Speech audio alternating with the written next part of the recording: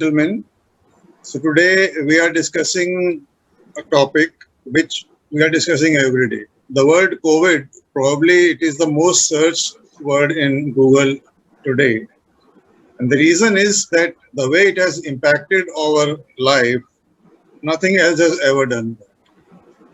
Even in our medical branch, the impact has been so much that this is the only disease that people are now treating. So postgraduates, whether they are from surgery, anesthesia, gynae, they're all posted in COVID. So COVID is first thing that they are learning. The COVID came out of nowhere. It's believed to have originated from China. I won't go into the politics and the origins because that is a separate topic in itself. But it spread from Wuhan and quickly spread to all countries. We had our first case towards end of February. And when we have had our first case of February, we really didn't know what this disease is, what is the treatment for this disease. So it all started in the dark. It's something like you buy a car, but you don't know how to drive. So you get into the driver's seat and start learning from there. So that has been the process of learning from COVID. So no wonder that our approach has changed so many times. And what we know today by no means is perfect.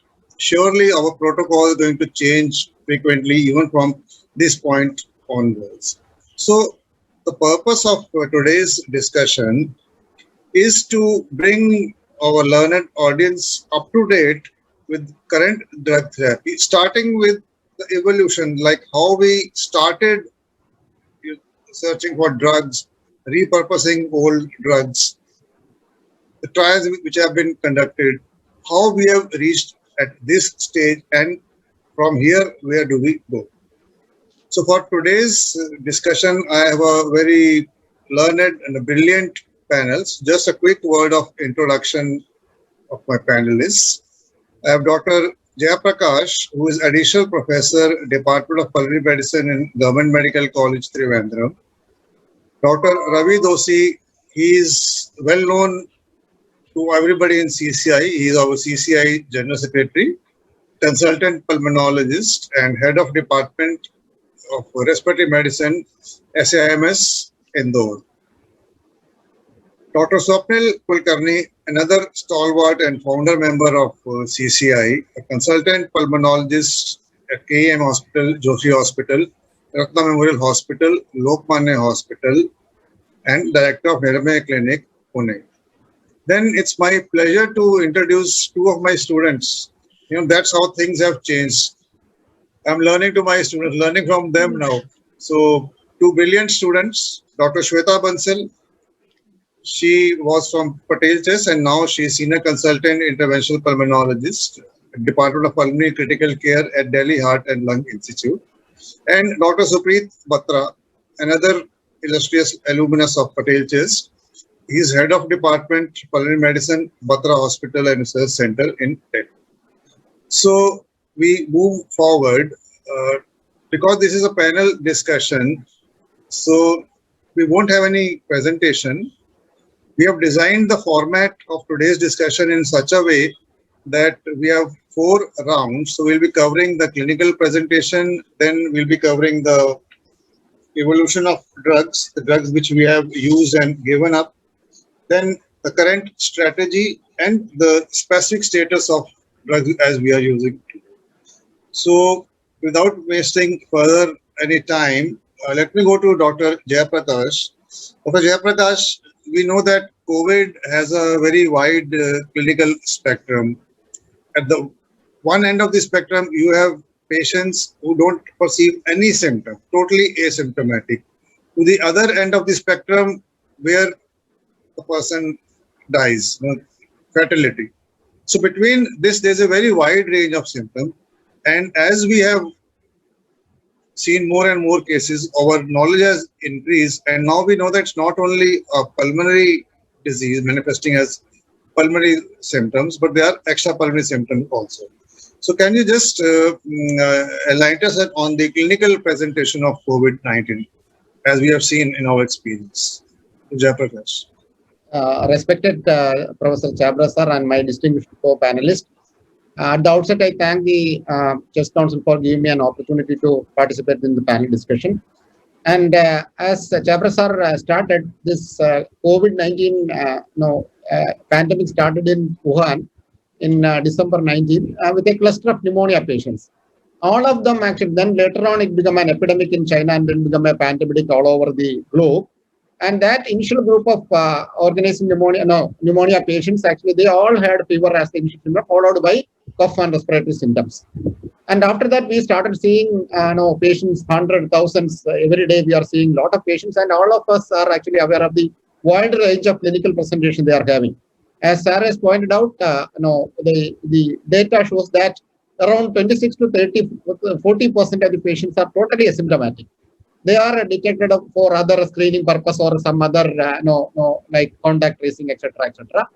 And if you look into those groups who are actually symptomatic, nearly 80% of the patients are actually having only mild symptoms.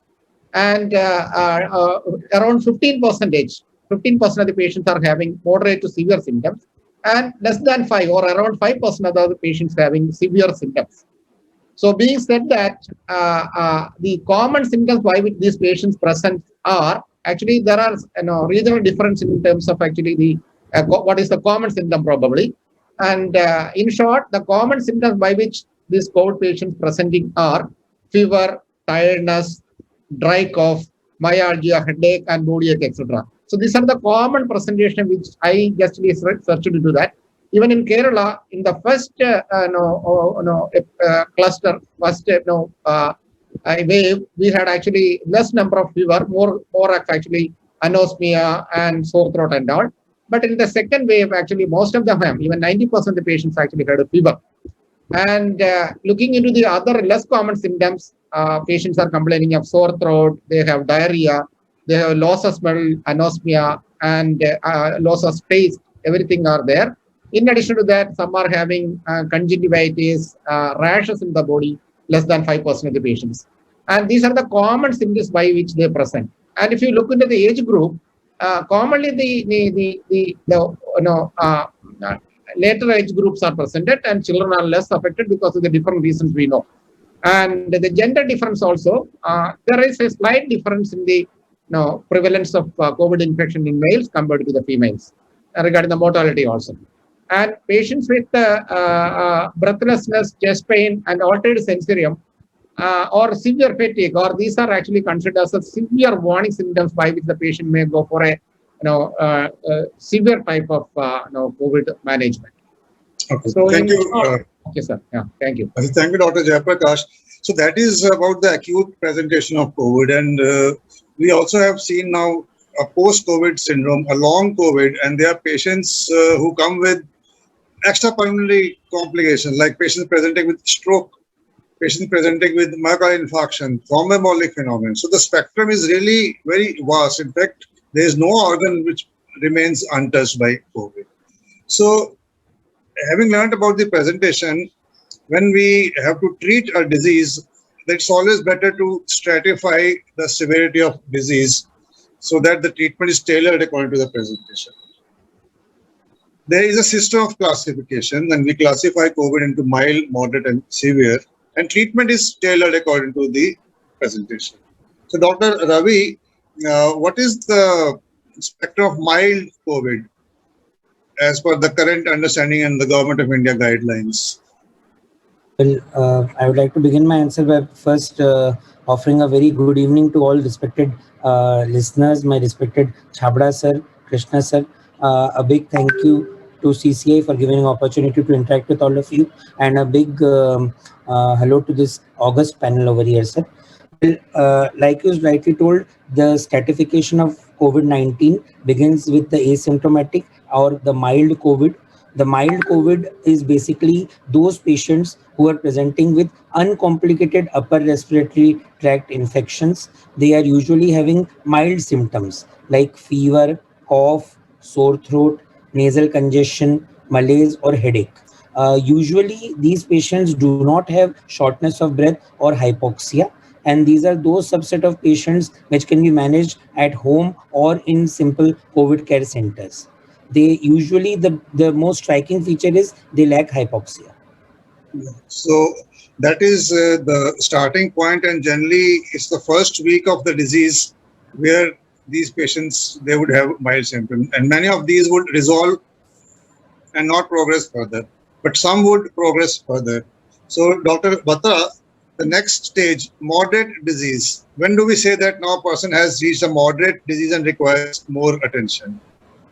So, as we all know that this is defined to mild, moderate, and severe.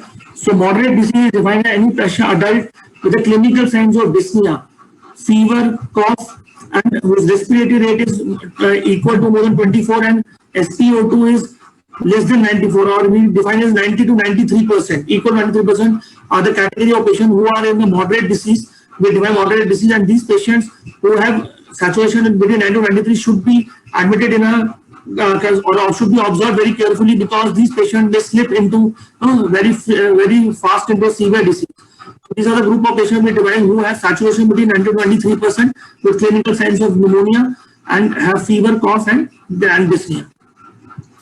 Thank you, Dr. Batra. So, Dr. Swapnil, in last month, there was a panic among the population because beds were in short supply, oxygen was in short supply, drugs were in short supply.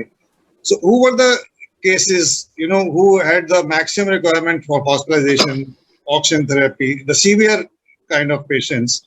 So, what was the clinical presentation in these patients? How would a physician recognize that this is severe and the treatment has to be of the highest intensity?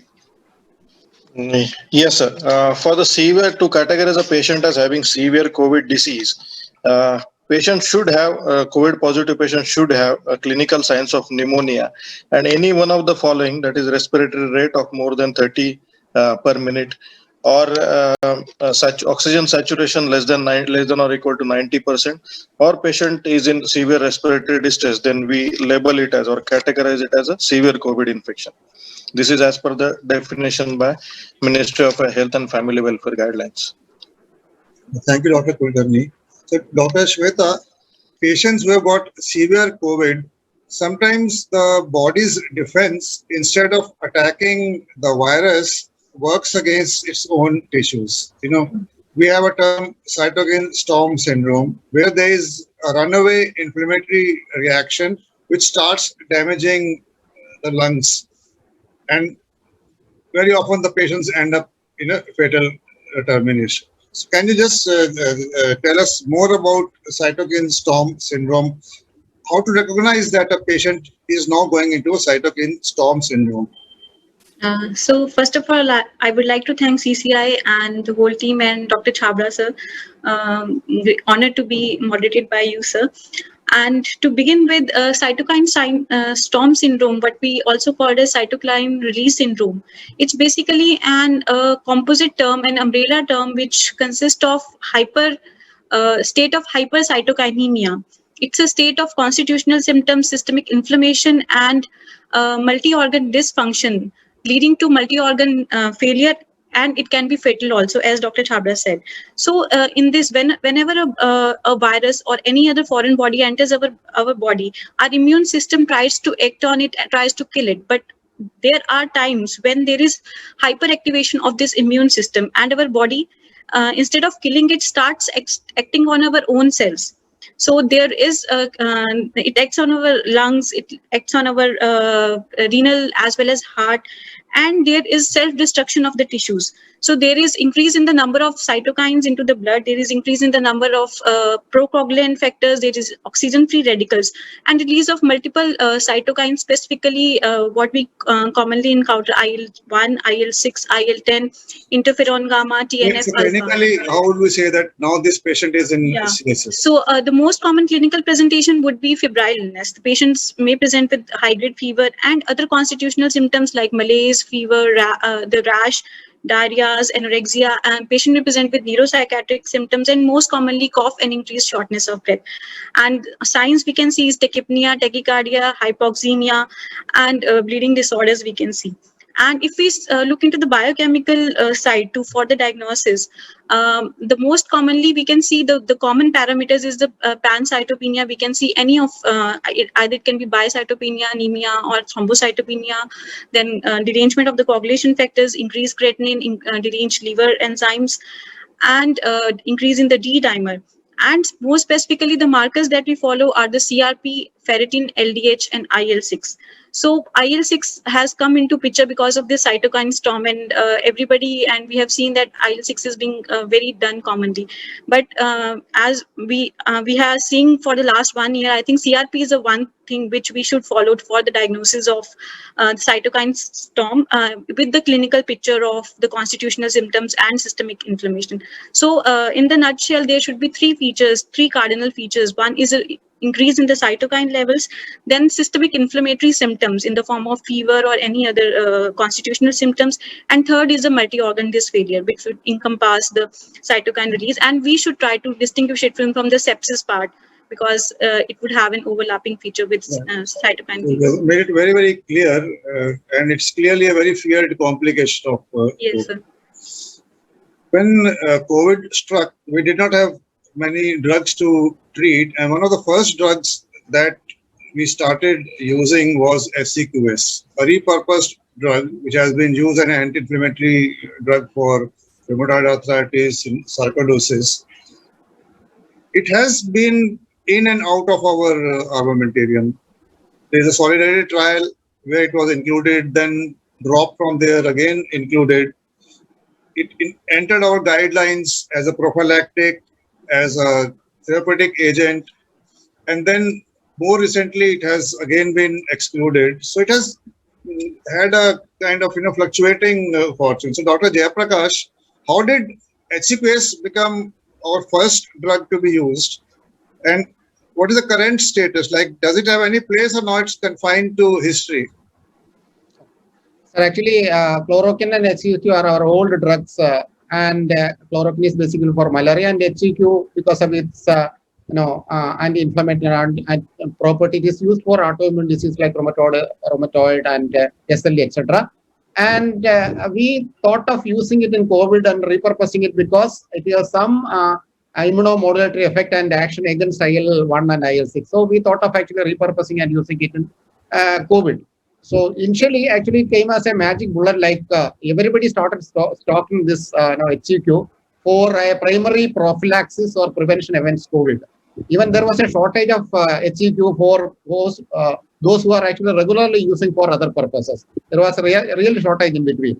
But after that, there were multiple studies, short studies, case reports, and that. There are few reports which are actually initially favoring that HCQ is preventing for a primary prophylaxis. But later on, very well conducted multiple literature studies showed that HCQ or even chloroquine HCQ has no definite role in reducing the mortality or in the progression of the COVID, or even for the primary or secondary prophylaxis. So the current evidence are not supporting the use of HCQ for the treatment or prophylaxis of COVID. And if you weigh the benefit versus the adverse effect, and the adverse effects are more than the benefit which you are getting. And now the FDA actually not recommending even a research on HCQ on COVID. So the current status is, current evidence are not supporting the use of HCQ for prophylaxis and for treatment.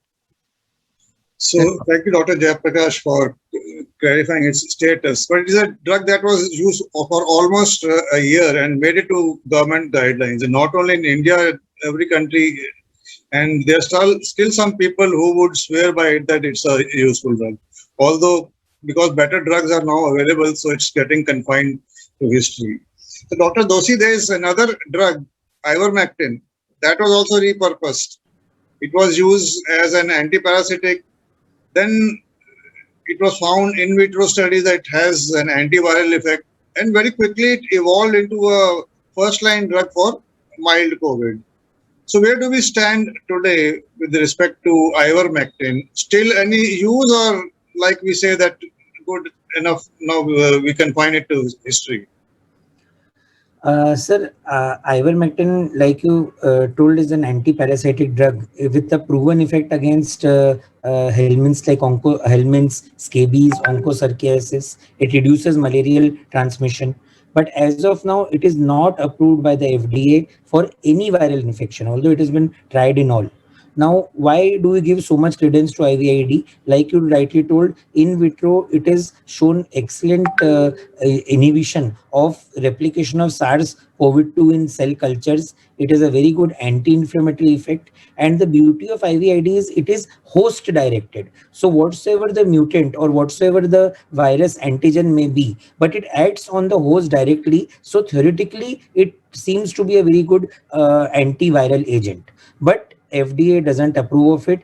There have been very many side effects, and it is absolutely contraindicated for use in pregnancy and lactation. There have been some known cardiac effects also. So mostly it again is in a gray area where the current government of India guidelines does recommend ivermectin in a dose of 200 microgram per kilogram for 3 to 5 days. But in view of its side effects and very little clinical benefit, it is again a question mark drug to be used, absolutely not to be given in pregnant and lactating females. And I'm sure all of us have written a lot of, and you would also prescribe ivermectin a lot. But the most recent Government of India guidelines have finally given it a burial. So it is no longer part of our anti-COVID armamentarium. There's another drug, Dr. Batra, favipiravir, and there's a odd thing about it that the drug controller approved it for COVID. The ministry did not approve it for COVID. So it never actually made it to the Ministry of Health guidelines, although drug controller said it can be used. So lots of companies started marketing, and it has been widely used for patients who are not hospitalized. So that was one of the drugs that we could use. So have you used it, or where do you place it now? It's still available in the market. Yes. So, sir, first of all, I'll like to tell about the favipiravir. It's the evidence base. It's a repurposed drug. Repurposed drug means it is approved for given for the treatment of other conditions. It has been widely used against influenza viruses. It acts against 53 influenza viruses. It is also given against Ebola, very effective against Ebola, but the doses are very high, 6,000 milligrams per day. But when this drug was studied, it replicates the viral replication. It's an RNA-dependent RNA polymerase inhibitor. So it inhibits the viral protein. So prevent the replication of virus. So theoretically, thinking that it is an antiviral drug may affect the work in COVID-19 also. So, but the drug was tried. It was the trials were done in Wuhan with the epicenter of the COVID. It was the open trials were there, the non-randomized trials. So all observational studies, and all showed that there was a viral clearance by initial in 4 to 5 days. So there was also an Indian trial done in 15 centers. It also showed that one third of the patients had viral clearance by 4 days, and 70% of the patients improved in the trial. But the drug could not make it to the Indian market, or why it is not popular among the doctors, because it got the approval based on this evidence, its mechanism of action. But it is highly teratogenic. It is not approved for pregnant women. It has got so many side effects. It causes liver abnormalities, hyperuricemia, and the other thing is the cost and the number of pills. The cost is very high. It is around 12 to 13,000 rupees. This is the cost of the treatment, and the number of pills the patient has to take. It is something, the dose is around 1800 milligrams on day 1 and 800 milligrams twice daily for 2 to 14 days. So I think these are the drawbacks of the drug which made it could not make it to the drug guidelines, because the doses in Ebola were very high. So thinking that these doses may not work and may not make it to the physician's prescription. So I think that is the current evidence that it has not been made so famous in the Indian market, but still it is available, and it is has been incorporated in any of the guidelines in India. Thank you, Dr. Batra. Dr. Swapnil, there have been 2 antibiotics which have been very, very popular. In fact, if you look at the prescriptions for azithromycin and doxycycline, I think in last 1 year, the quantity of azithromycin which has been consumed by Indians would be more than what they have done in last 30 years. Same for doxycycline. Extremely popular among general physicians. Every patient who comes to a tertiary care center has a prescription which has written doxycycline and azithromycin. So how did it have any scientific background that it became popular as an antiviral drug, both of these, azithromycin and doxycycline? And what is the current status? Because the guidelines now no longer mention that these should be used. Yes. Yes, sir. As we see previous days, initial days, it came into limelight. Uh, it came into limelight from few theories that these both antibiotics have a good anti-inflammatory properties, and also they have immunomodulating properties. Uh, there was in vitro evidence that these antibiotics may act as a act against some RNA viruses. So that's why they came into action. They are shown to reduce pro-inflammatory cytokines. So its use may prevent development of cytokine storm. That was the rationale behind, or that was the thought process behind use of these antibiotics. In addition, doxycycline had also shown that it chelates zinc from the matrix metalloproteinases, which are essential for a multiplication of the virus, that is SARS-CoV-2. That's why they came into action. But as we see the evidence, recent evidence, or we don't have any randomized control trial or no clear-cut evidence that these antibiotics are beneficial or they have some benefit in treatment in COVID patients. Recent guidelines also, Indian guidelines or even state guidelines also, they have removed use of doxycycline or azithromycin from its use. So I don't see any place of these antibiotics in the treatment of COVID pneumonia or COVID infection. This can be used only in case where the clinician feels that there is a secondary bacterial infection and one of these antibiotic may act against that secondary bacterial infection. Then in that scenario, these may be used, but as such, they have no antiviral properties. They should not be used. Thank you, Dr. Kulkarni. So in this round, we have discussed drugs that we have been using for almost a year, repurposed drugs, which are now on their way out and are no longer recommended. So now moving on to how we currently manage. Dr. Jayaprakash, you told us about the clinical presentation, and at the extreme end was the patient who was totally asymptomatic. Now this would be a patient who in a family where there are 2 or 3 positive cases and the person is asymptomatic, on contact tracing found to be PCR positive. So do we need to do anything for this asymptomatic patient? How do we manage? General measures and drug treatment, if any.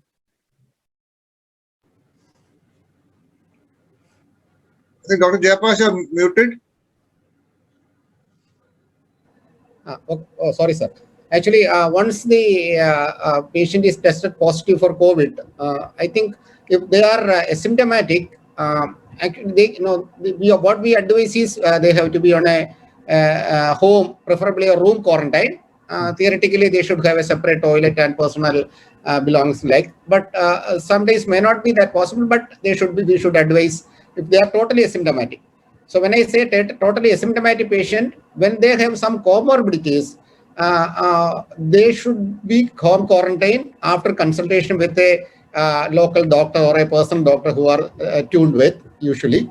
And whenever patients who are asymptomatic with either a transplant recipient or a chemotherapy patient or any immunocompromised patient, I think a home quarantine is not advisable.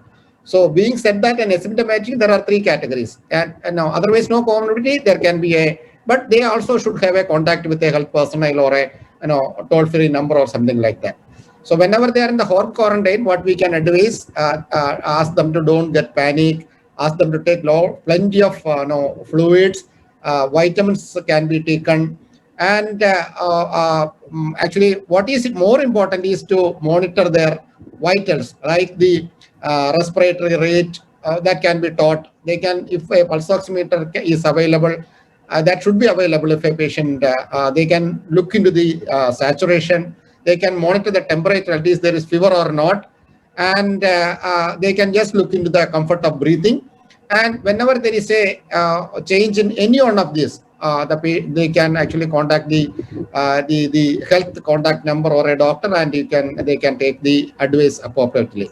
So they should look into the so-called red flag signs like difficulty in breathing, SpO2 falling below 94%, development of a chest pain or a discomfort or a breathlessness.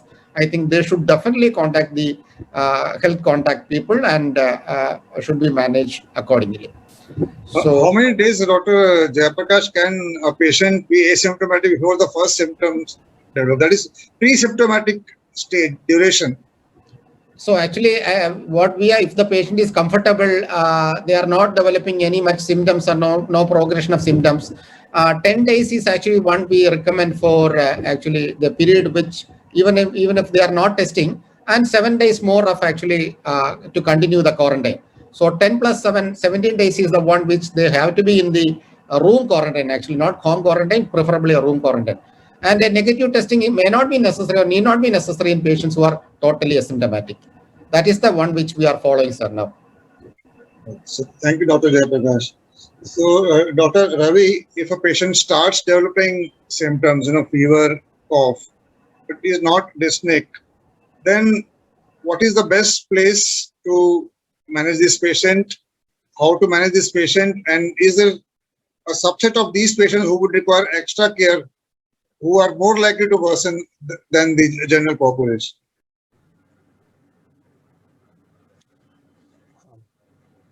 Dr. Ravi? Yes, sir. Sorry, my connection just got a little unstable. Should I repeat the Sir, question?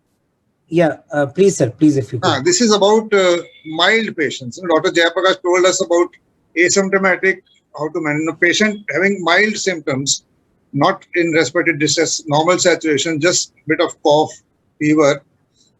And some of these would progress further. So what is the best strategy to manage these patients, and what do we watch for? Sir, basically the management for these mild cases which definitely should not have hypoxia, the basic purpose of managing these patients is isolating them to break the chain of transmission that they in turn can cause. So these are those patients which we often get in the OPD or we get in screening camps. So we advise them to get isolated at home. If they have some risk factors, we usually admit them in COVID care centers, PHCs, CHCs, or hospitals with very basic amenities. The basic important thing is that they should follow physical distancing even if at home. They should have indoor mask use. They should properly follow hand hygiene even when they are at home. That is very important because they are being treated just to break the chain of transmission. The other important part is a symptomatic management. We should manage their fever with the use of paracetamol. We should manage their cough with the help of cough suppressants. We should maintain adequate hydration by giving a lot of fluids. We should allow them warm water gargles, a lot of steam in 2-3 times steam inhalation. 2 to 4 times a day they should measure their SpO2 temperature and pulse. And as far as treatment is concerned, again, lot of the drugs mentioned are in the gray, buried drugs like ivermectin, HCQS, which was usually prescribed in this group, but like we have just discussed, should not be because they are not warranted. Paracetamol can be given 650 milligram 4 times a day, or NSAIDs like naproxen 250 milligram twice daily may be given. Inhaled budesonide may be given 800 microgram twice daily for 7 days. One very big no is for systemic oral corticosteroids, which should definitely be avoided if there is no hypoxia. At least for the first 7 days, they should not at all be given. Comorbidities, like sir just now told, should be managed very appropriately. The red flag signs in mild cases is a falling saturation. I would say something below 88 is really alarming, although below 94, our interest should arise. Shortness of breath, mental confusion coming in, a lot of chest pain if the patient starts becoming cyanosed, dehydrated, decreased urine output. These are a few red flag signs where the mild is starting to convert to moderate, and then further hospitalization is required. Yeah, you mentioned about systemic corticosteroid. Now, some of these patients, while maintaining their saturation, fever seems to continue day 7, day 10. So is there a place for a short course of oral steroids in such patients? The day 10, high-grade fever, but patient not in distress, normal saturation. Well, as far as literature goes and the guideline goes, until unless there is hypoxia, there is no role of steroids. It is only for hypoxia, and as an anti-inflammatory it is used. Per se, for fever control, paracetamol and NSAIDs and maybe cold tepid sponging is all that is recommended. Using steroids not recommended, though practically and practice wise, I think we might use it now. We have been overusing steroid. Although Government of India guidelines, AIMS guidelines, they do stress that patients who are going to second week with sustained fever, a short course of steroids under observation may be useful in these patients. So, Dr. Batta, if the patient now develops a saturation less than 94, should home management continue or we need to move the patient? And we had a shortage of beds recently. So what would be the ideal setting, and how does our management strategy change once the saturation has dropped to below 94? So, sir, the government recommends patient as having saturation of 94, they should be ideally admitted in COVID care centers. But at the same time, these are the moderate group of people, those who can slip very fastly into and go into a ventilation or go into a severe disease. So in these patients, we have to be very careful. We have to monitor all the time the work of breathing, their oxygen requirement and hemodynamic instability. At the same time, the treatment, it's all the same. We have to give them symptomatics. We have to give them hydration, maintain well, and oxygen. We have to give to maintain saturation between 92 to 96%. And in case of COPD patients, as you all know, 88 to 92%. And oxygen can be given by nasal prongs, by the means of face mask, simple face mask, and the non-rebreathing mask is preferred among all these. So at the odd time, we have to maintain saturation. We have to give them prophylactic anticoagulation, that is prophylactic doses, and that the dose may vary from 0.5 milligram per kg or 40 milligrams of enoxaparin once daily. Then we have to give them steroids. Because they are hypoxic, they fulfill the criteria for less than 94%. So in those cases, we have to give Solumetrol or maybe this methylprednisolone, 0.5 to 1 milligram per kg dose has to be given, or equivalent dose of dexamethasone of 0.1 to 0.2 milligram. But the duration is not defined. It says 5 to 10 days, but depends on the clinical response. The other thing we have to monitor is monitoring the patient. That is very important. We have to monitor his hemodynamic stability, oxygen requirement, and his oxygen requirement. The other thing is we have to do lab monitoring. We have to monitor CRP and D-dimer levels every 48 to 72 hours. We have to monitor CBC, LFT, and function test. We have to keep the eye on their deterioration, that they keep on deteriorating. Then we have to follow awake proning in these patients, which will help in improving the oxygenation, and the position has to be changed. In one position they can be proning in 30 to 120 minutes for 2 hours in one position, then can change to left lateral decubitus or right lateral decubitus. So what is important is monitoring, and then X-ray has to be done routinely, and CT scan only if there is a deterioration, and IL-6 also has to be repeated if there is a deterioration. So only thing is we have to monitor this patient very carefully and control of their glycemic control, which is very important because nowadays we are getting infections of fungal infections also. So at all the times we have to monitor the clinical the hemodynamic monitoring, clinical observation, which is very important in oxygen. What about remdesivir in these moderate patients? So remdesivir, though we had a shortage, but remdesivir is recommended. With dexamethasone is, but Government of India says only with those who are because there is a shortage, only those who are having oxygen requirement, only low flow oxygen requirement in those patients only. So remdesivir can be given if available according to the local availability. So this is the recommendation in moderate disease, but these are the group of people we have to monitor because they very frequently slip into severe disease and go on to a ventilation. Exactly. So this is a critical stage, and usually this would be seen in the second week of the disease. And from these moderate patients, some of these would deteriorate further and go on to a severe stage, and that is where the risk of mortality comes in. With good management, majority of moderate patients may also turn around and improve. So this is, as you rightly pointed out, the stage where close monitoring is required, both clinically and through lab parameters, and intervene before the things get out of control. Dr. Swapnil, if patient's distress continues, X-ray shadows improve, and saturation goes below 90, then we are entering a severe stage. So what are the options that we have, especially with the drug management and then use of NIV and mechanical ventilation especially? Do we apply the standard criteria for NIV and mechanical ventilation, or because they are termed like happy hypoxemia? So do we tolerate this longer than what we have been tolerating so far? Yes. So first thing is such severe cases should be managed in dedicated COVID hospital. So we should continue our symptomatic treatment in the form of antipyretics, that is paracetamol or NSAIDs, and antitussives, etc. Awake proning should be encouraged. We should maintain euvolemia because we have seen many of the patients, if because of the fluid overload, they deteriorate. So euvolemia should be maintained unless patient is in septic shock. Respiratory support is a critical or cornerstone of the management in severe cases. So oxygenation should be maintained. So oxygen supplementation should be minimum enough to just to correct the hypoxemia. If you are monitoring saturation, then target saturation should be more than 90%.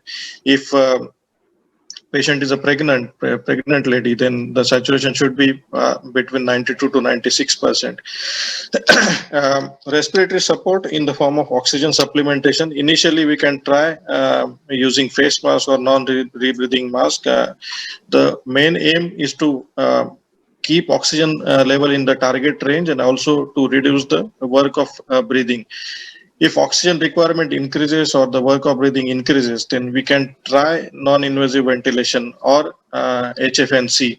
HFNC, the problem with HFNC that it is tolerated well, but it consumes a lot of oxygen. So that's why NIV is preferred. Non-invasive ventilation with whatever is available, face mask or helmet, is to be applied. If patient doesn't tolerate NIV, then HFNC can be tried. If both of these fails, then we should go ahead with early intubation and mechanical ventilation. As far as the happy hypoxia is concerned, as I mentioned, we should the target oxygen saturation should be more than 90 or more than 88. We can consider that. If it is going below, then we should supplement it with oxygen.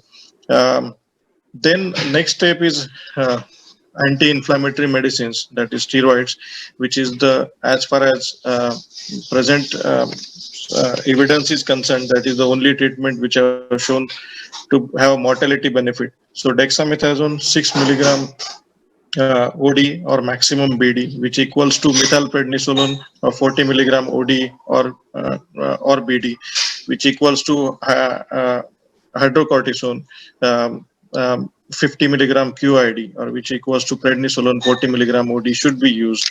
So steroids have shown to have mortality benefit, so they should be used. The duration should be around 5 to 10 days. Depending, they may be continued beyond 10 days depending on the clinical scenario, but duration should be as short as possible. What about anticoagulation? That is a very important issue. Anticoagulation is another thing which we should give it to the patient. Low molecular weight heparin, if there is no contraindication, that is patient is stable from renal point of view or there is no bleeding tendencies, then low molecular weight heparin in prophylactic dose should be offered whenever there are X-ray opacities or radiological opacities, even if D-dimer level is normal. Should be given to the patients. And other drugs like remdesivir, as Dr. Suprit said rightly recently, there is no evidence that it reduces mortality. There's some evidence that it shows it reduces hospital stay by 4 to 5 days. It can be used in few cases with only with moderate to severe disease, and not in mild cases. Absolutely. Thank you, Dr. Kulkarni. If I may add to the details that you have given to us regarding this severe COVID, there are two aspects where there's a lot of literature coming in. One, use of high-dose steroids, pulse steroids. And there are papers which say that short course of pulse steroids, 250 milligrams methylprednisolone daily for 3 days. Some have used 500 also. So for very severe patients, this could be useful, and there's documentation that it works. The other debatable area is how much anticoagulation. Generally, the hematology societies have agreed upon prophylactic thromboprophylaxis, but intermediate dose, especially with high D-dimers, is one school of thought. Therapeutic anticoagulation has its risk and has not found too many takers, although some people do use it when the D-dimer levels are very high. And I remember 2 cases where the coagulation was so intense that blood used to clot in the syringes when we were taking the samples. So these patients we did try. Other thing that in severe COVID, where management is little different from what we have been doing in earlier type 1 failures, is the threshold for mechanical ventilation. It is generally advisable to deal, because we have found, and I'm sure in your experience also, the outcomes of patients who have gone on mechanical ventilation have been rather dismal. So what is your experience, Dr. Kulkarni, mechanical ventilation? What are the chances of patient coming out there?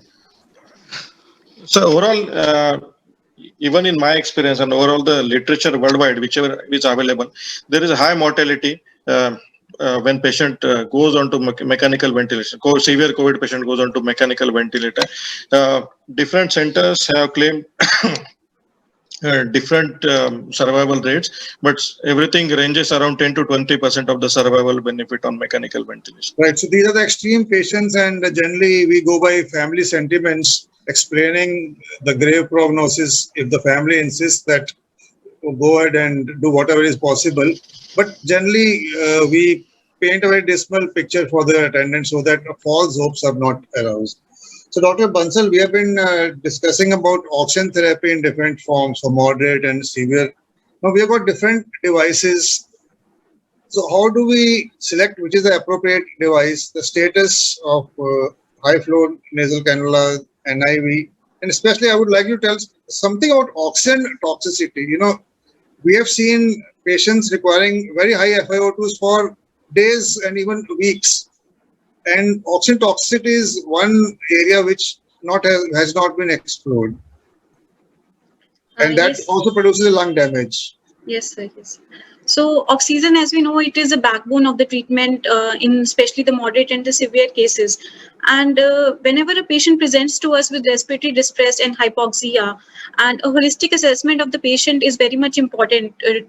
One is the severity of the disease, and another in terms of the degree of hypoxemia. By doing the pulse oximeter will tell about the SpO2, and hypoxemia we do by ABG. So depending upon the initial presentation of the symptoms as well as the hypoxemia, we have different devices, what we call as variable devices or low flow devices, and fixed performance devices or high flow devices.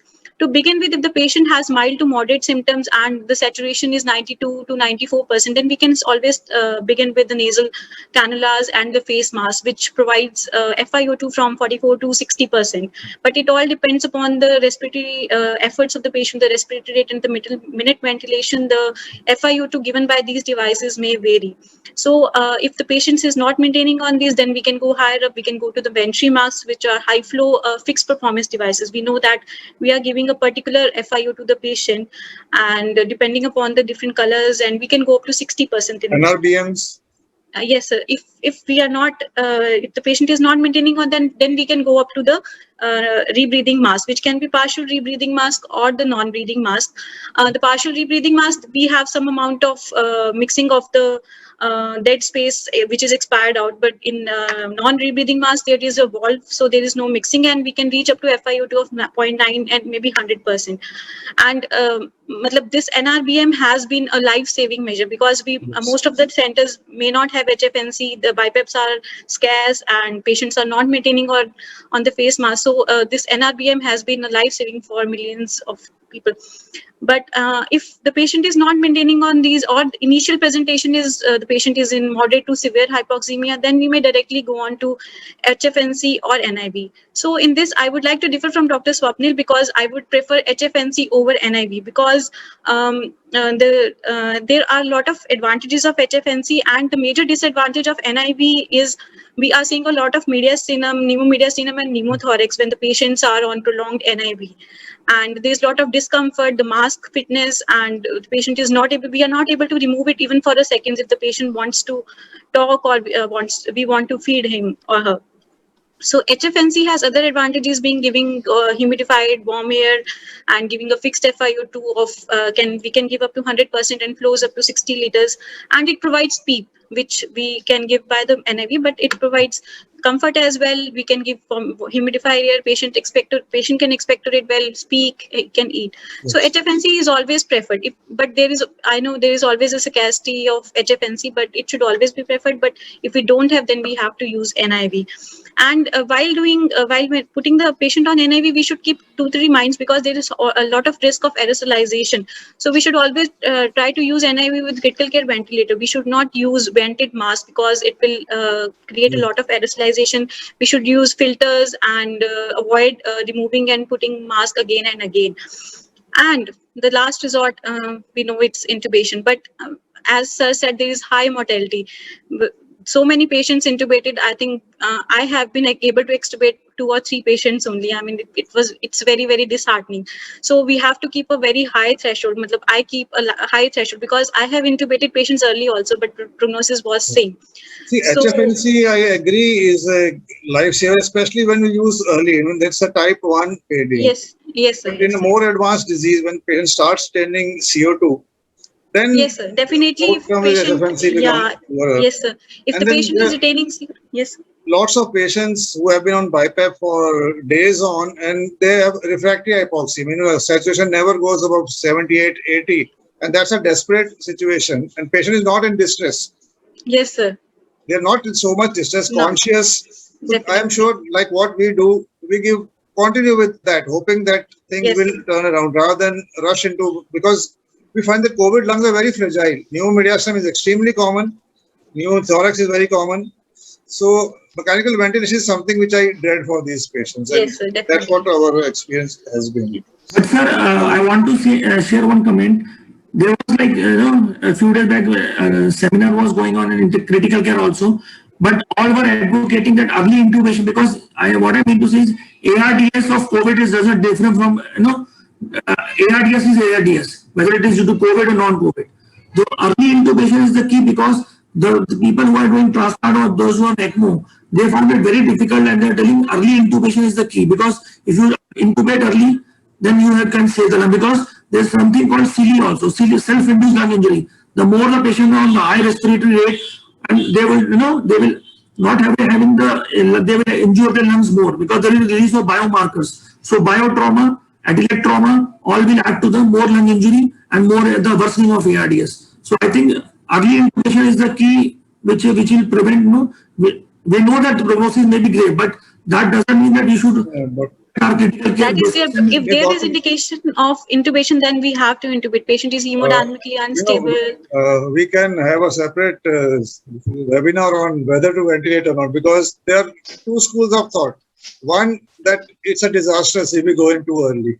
Other schools say that you go in, and so it all depends on resources and how capable your critical care team is. But having said that, anyway, the outcomes on mechanical ventilation are poor, and we don't expect dramatic results. So Yes. I think because mechanical ventilation is only a small part of today's discussion, so we leave it there and move on to our current management and how we are going further from this point. So Dr. Jayaprakash, a lot has been written about remdesivir.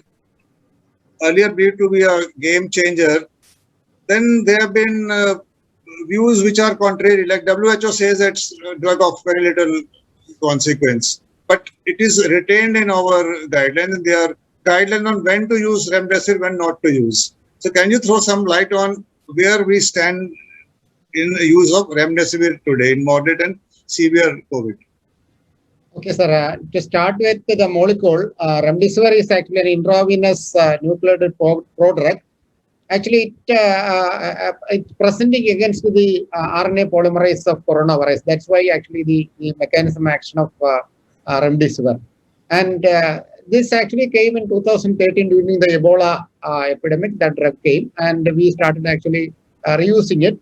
As Sir pointed out, the WHO has actually cautioned, they recommend actually a conditional use for remdesivir. But we all know that remdesivir is not a magic bullet, but we all are using, or we are actually still continuing using prodrug because there are studies for and against. But our personal experience, I think all panelists will agree with me that if you use judiciously remdesivir, it has an effect, even though it's not a magic bullet. There was a time when remdesivir was not available. People become panic, and even there was issues in our hospital also. Why you are not given this remdesivir for my patient? So that was the popularity remdesivir has happened. Being said that, there are actually two studies which I think the audience may be knowing, ACT and the Solidarity trial, which also Solidarity trial is saying that it is not very useful. ACT trial is saying there are some benefit for remdesivir.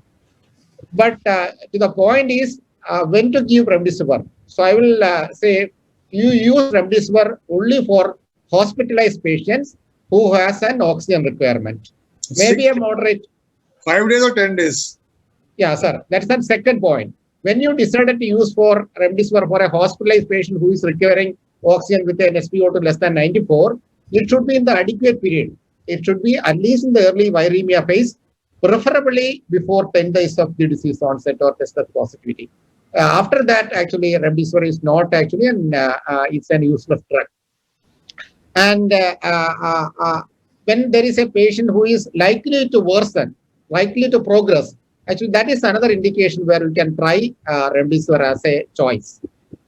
And if you ask me when not to use remdesivir, an asymptomatic or a mild symptomatic patient you should not use. You should not use remdesivir in the late phase after the viremia after 10 days of disease. You should not use it of no benefit. And a severe disease patients or a critically ill patient, I think remdesivir is not a choice because the cytokine storm has actually taken place and you have to concentrate on the cytokine storm rather than concentrating in the antiviral drugs. But fortunately, the side effects of remdesivir are not very high. That's a lucky thing. But whenever there is an transaminase elevation or ALT elevation, you have to be cautious. And when it is more than 5 times the normal, it's a contraindication. When the creatine EGFR is, FR is less than 30 ml per minute, then that's actually a contraindication. And children and pregnancy is actually a relative contraindication. Actually, we are not using for pregnant people. But if the benefit is very high, you may use for that selected group, but that generally becomes a contraindication for using. And yeah, so that is actually the broad outline of remdesivir, sir. So, Dr. Doshi, coming back to an area with which you have been involved, coming back to mild disease, let's talk about plasma therapy, convalescent plasma. And you were part of the ICMR study which investigated this, although the results were dismal, but it became a very popular treatment. Government set up plasma banks, and we still have plasma banks running in Delhi. So now the Government of India guidelines say that it should not be used. Earlier, the ICMR said that it could be used between day 3 and day 7. So take us through the evolution, like you were part of the trial. So although it must have been a blinded or you did not have the full results, did you feel it was working? Dr. Ravi? Yes, sir, definitely. When we were part of the trial, there was a lot of enthusiasm associated with it, a lot of mystery associated with it. We thought plasma worked in practically every patient that we gave. Like you had quoted one example of blood clotting in the syringe. We had factually seen plasma reverse that process once during the trial in one of the studies. So, well, we thought very high of plasma, but when the results came out, it was frankly a surprise for us. Definitely given in mild progressing to moderate at an early stage before day 7, plasma offers a very good benefit. But that is frankly that period where most drugs offer a benefit. So nothing stand out for plasma. So what plasma does, it offers prepared neutralizing antibodies. The big advantage of convalescent plasma over other therapies is it acts on both the spike protein and the nucleocapsid antigen of viruses. That is one single advantage of convalescent plasma. But there are many identified problems also. Like if you give plasma at an inappropriate time, that means you give it late, then it may even trigger a cytokine storm on its own. It may be frankly useless. That greater abuse of plasma rather than use. That is what people. Now, Dr. Doshi, there is another antibody formulation available that is called the cocktail. Yes, That sir. is Am I also audible, the Dr. early Chabra use. sir? Dr. Chabra sir, am I audible? Yes, yes. This is like a happy interruption, like happy hypoxia. Uh-huh. So I am very happy to tell you that we have 1582 logins. Okay, that's great. Congratulations, it's going great. I couldn't resist myself to announce it. So go ahead, you're doing great. Letting us continue a little further.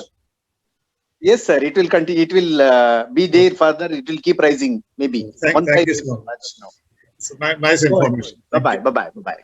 So, Dr. Ravi, we were talking about Regeneron or the antibody cocktail. Very expensive, but it practically does the same thing what plasma was intended for. Antibodies to kill the virus at a very early stage. Yes. And yes. it is supposed to be more promising. So, you feel that this will be a game changer for early COVID? Sir, I do pray it proves to be a game changer. But frankly speaking, from whatever practical experience is shown, again, it is to be used in a subset of patients, that too to be used early. Relatively, you have to use it before 7 days for its maximum potential to be realized. It helps in those cases only when neutralizing antibodies have not formed. The commonly established antibodies are bamlanivimab and itesavimab, which are given in combination, and the Regeneron, which has the casirivimab and imedivimab. I don't know, I might have spelled them very wrong, but this casirivimab and imedivimab is what is being available in the Indian market. It is hugely beneficial given in mild cases progressing to moderate early on. What it claims is if you give it, there will be decreased symptoms, decreased progression to severe disease, and they will halt the progression of the disease where it stands. Yeah, So it cannot be a universal therapy. We cannot give it to everyone, but those who are at risk of deteriorating, like elderly or those who are immunocompromised, those kind of patients may be the right persons for this kind of therapy. Otherwise, mild patients, if you start using, then every patient would be a candidate for that. And interesting, there was a paper just 2 days back which says that even in moderate disease where the antibody response is not there, even there Regeneron or this cocktail is useful. So that's a recent paper. So, but cost, I think, would be a limiting factor, especially in our scenario in India. Yes, sir. And the fact that they are proposing it that you use it on an OPD basis to prevent admission, that I find a bit puzzling, because it is very difficult to use such molecules on an OPD basis, even in risky patients, because it's you can't claim 100% it will help. Yes. So I think in Indian experience as of today is very limited. So Dr. Batra, we had discussed a little bit about anticoagulants. So now let's go into a little greater detail. Two aspects. One, thromboprophylaxis, intermediate anticoagulation, full anticoagulation. Secondly, post-discharge thromboprophylaxis. So what are the universal guidelines and Indian guidelines on? So, sir, first of all, first we have to define patient, whether patient is hospitalized or non-hospitalized. So, all patients who are hospitalized should be given thromboprophylaxis, and the dose is defined, and it is like for enoxaparin 40 milligrams subcutaneous once daily. The dosing has to be changed if there is a body weight, BMI more than 35 or weight is more than 120. You can give 40 milligrams twice daily also. And order of preference is low molecular weight heparin is preferred first.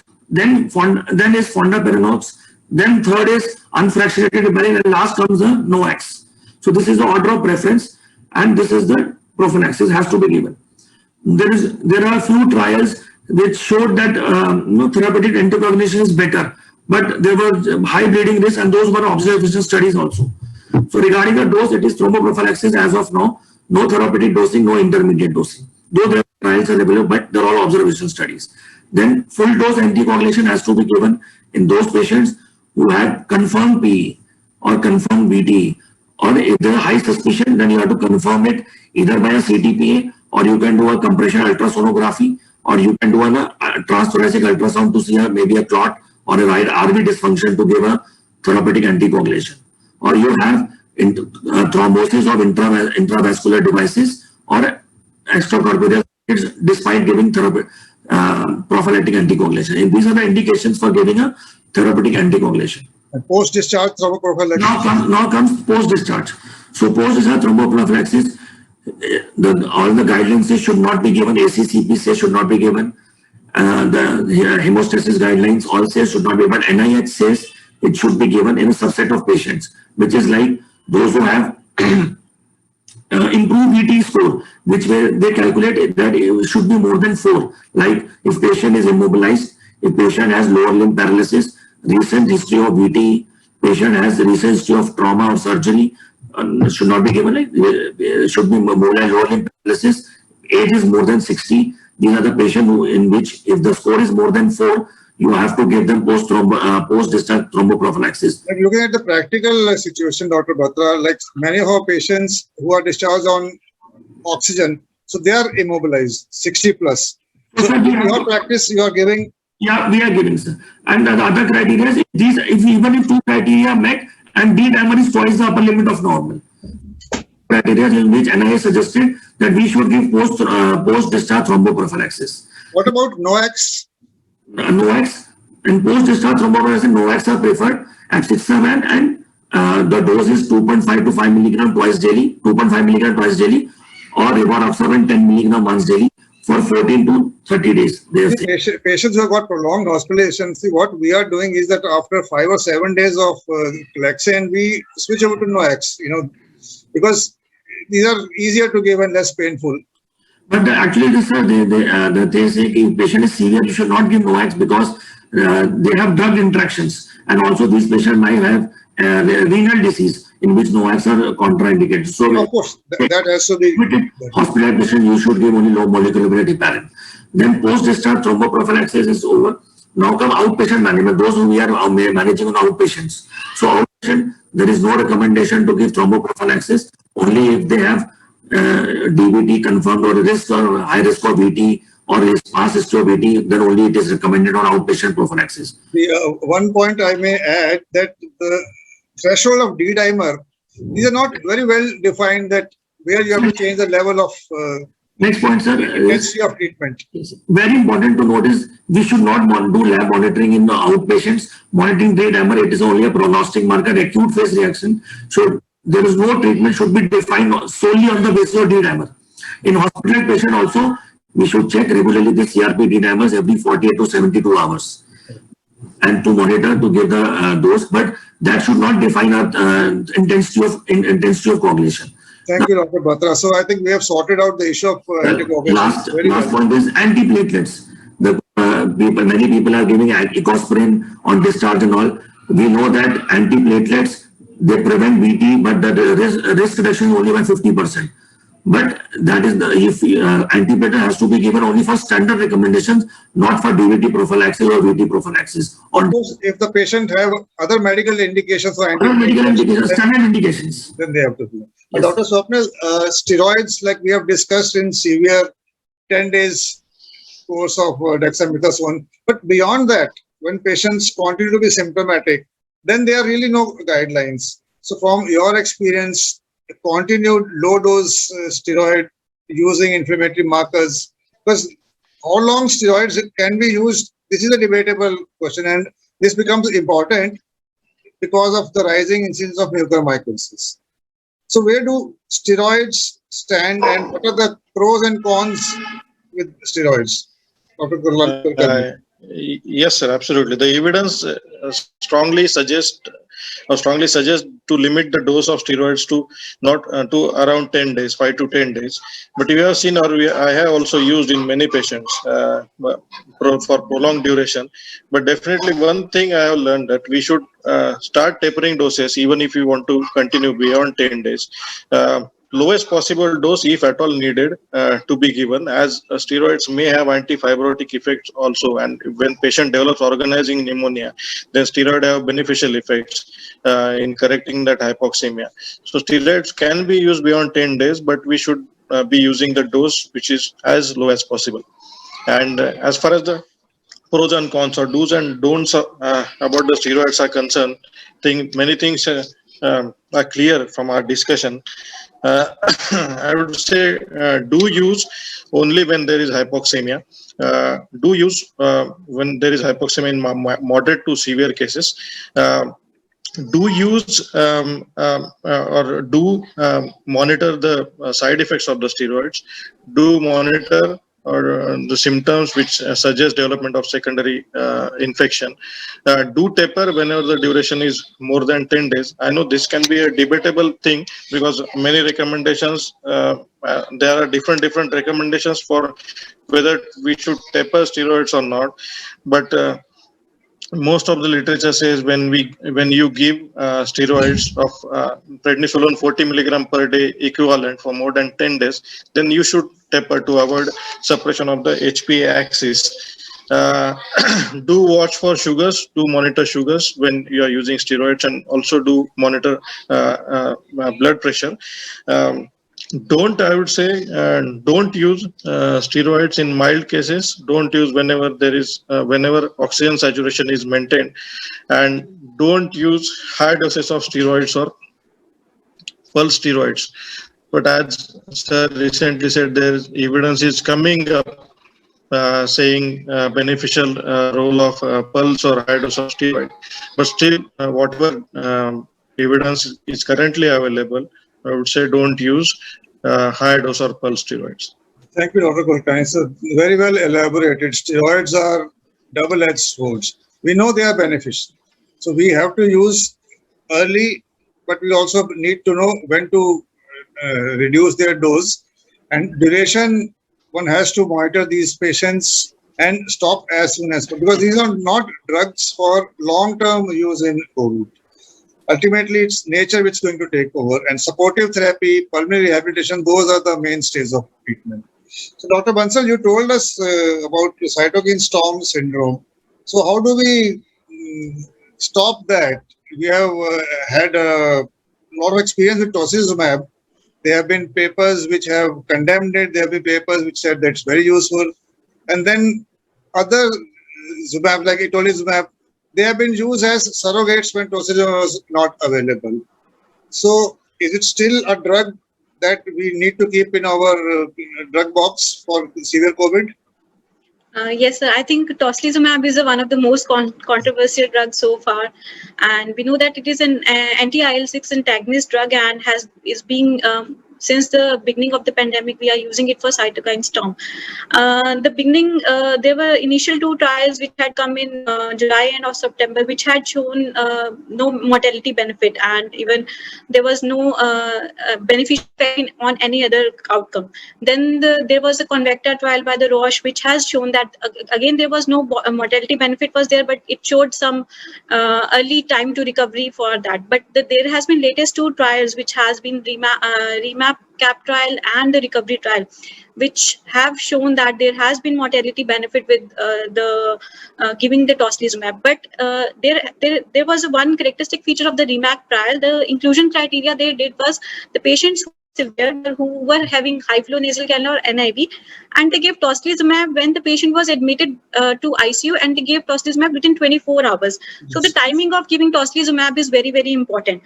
This mortality benefit, one was that timing is very important, and the another thing is it has to be given with the background of steroids. Yes. We should not forget steroids. The steroids has to be given, has to be tried first, and only then tocilizumab if there is clinical deterioration and if there is rising. The NIH recent guidelines say that if the patient is on high flow oxygen or on NIV and is showing clinical deterioration and with rising inflammatory markers, more specifically CRP. CRP is being emphasized, and the recent trials have given the cutoff of 75.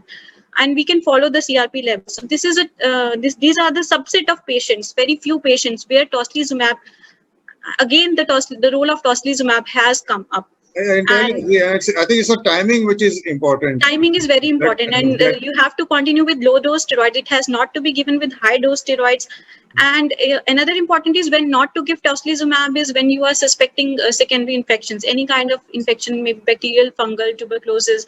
You have high TLC count, not related to steroid, and high procal levels, or absolute neutrophil counts are less than 500, or there is thrombocytopenia less than 50,000. So these are the high risk patients where you can land up with secondary infections if you are giving tocilizumab. So tocilizumab is one drug which is retained in Government of India guidelines as a drug to be used with great caution. And the other important point that you have mentioned is that it's not the IL-6 which has to be used Follow. to monitor. Yes, It's sir. TRP. Although it's an anti-IL-6 drug, but we don't Yes. Paradoxical rise take would the be there decision. after that. Yes. CRP is good enough. So because IL-6 is a difficult marker to measure. There are lots of lab errors in its Lab measurement. errors, storage, CRP processing. and clinical response to steroids, that is good enough to decide when to give. Yes. Yes. So thank you, Dr. Bansal. So I think we have covered all the aspects of COVID. Now let's turn to our learner audience and see if we have got any questions for our panelists. Can we have the questions from the audience?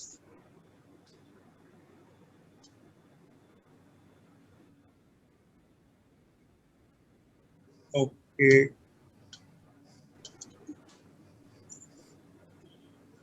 Okay, Dr. Doshi, will this antibody cocktail cause immunosuppression?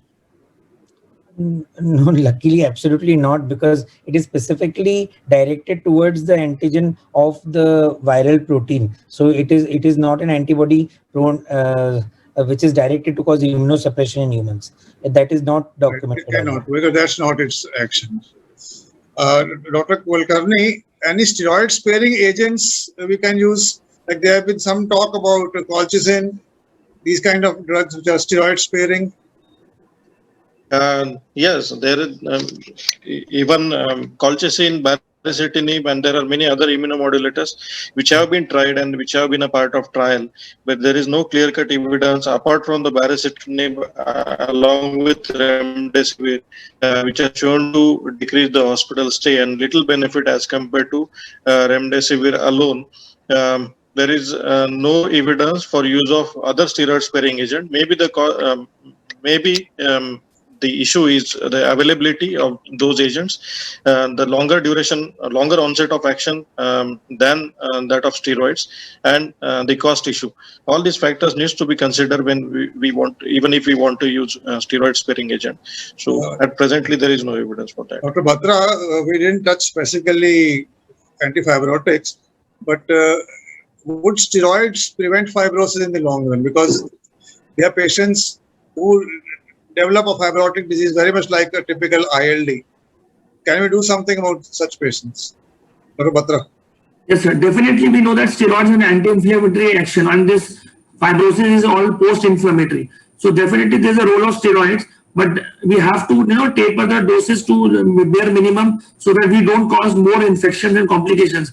Because we have seen in this 1 year last that even if we are not given the steroid, those patients who have cured and gone home with a CT scan score, CT severity score of 14 before admission, after all admission, but they have fibrotic opacities. They have recovered over a period of time. They have recovered without any intervention. So what I have to see the clinical recovery of the patient at the time of discharge. If there are no oxygen requirement, and they can be given without steroids. But if they have oxygen requirement, definitely we have to give them a tapering dose of steroid and follow them up, and should be in the minimum doses so that we don't cause infections and we then benefit them and stop them early as possible. Dr. Jayaprakash, all patients who are hospitalized, invariably they get antibiotics. So is there any point in giving higher antibiotics like piperacillin or meropenem to these patients? No, sir. Actually, routine use of antibiotics is actually not compulsory for all hospitalized patients. But otherwise, whenever there is an indication, then only actually an antibiotic is given. And one thing I wanted to add, as Dr. Bansal said, when we give tocilizumab, you have to actually be careful about the secondary infection. Otherwise, a routine use of antibiotics is not mandated, sir. Yes. Yeah. There are lots and lots of questions. A lot of this we have addressed, and I think we have run out of time, and our panelists have to go home. So I'm sorry we won't be able to take any more questions. So we had a very wonderful discussion, and I must say I've learned a lot, and I'm proud of my panelists. A generation gap, but you have done me proud. So it's a great feeling that we have budding pulmonologists here who will take over someday. So I thank Dr. Jayaprakash, Dr. Batra, Dr. Doshi, Dr. Sapril, and Dr. Shweta Bansal for their excellent contribution and addressing all the questions very well. So have a great evening. Thank you very much. Thank you, sir. Thank you. Thank you, sir. Yeah. Thank you, And sir. thank you, CCI, for giving this opportunity, Dr. N.S. Krishna and Dr. Vijay Kumar. Yes. And Dr. Ravi too. Yes. And full marks to Dr. Krishna for Yeah. coordinating this CME program. Great efforts. Very well organized. Very well organized. Everything was taken care of. No, everything was very systematic. So thank you all. Thank Good you, night. sir. Good night, sir. Thank you. Good night. Thank you. Thank you, Dr. Kuttani, Dr.